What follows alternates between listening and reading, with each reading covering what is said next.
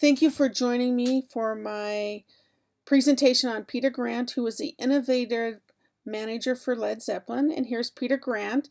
He was born April 5th, 1935 in South Norwood, Surrey, London, which is a suburb of London in the south.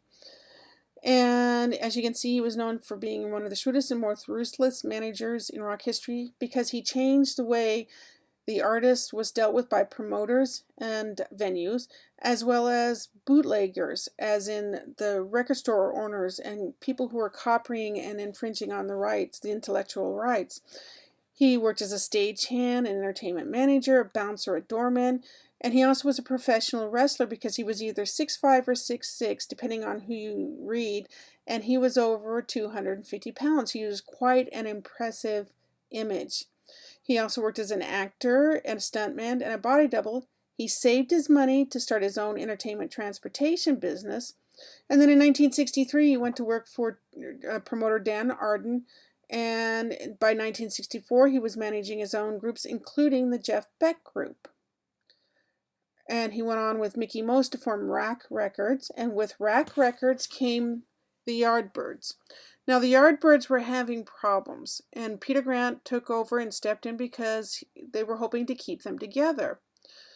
And he looked at this band, and he looked at their strengths, their weaknesses, what was working for them, what wasn't, and he decided to go against the conventional norm at the time of doing hit singles. The album wasn't important as long as you had one hit single, but he decided to go with this group and start concept albums.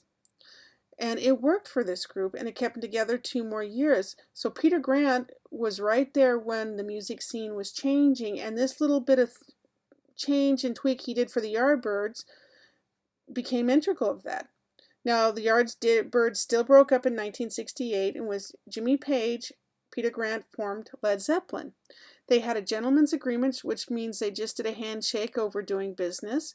They focused on concept albums and live performances, which paying customers instead of television performances, which was mainly in the U.S. market. And again, the bulk of the profits were to go to the artists.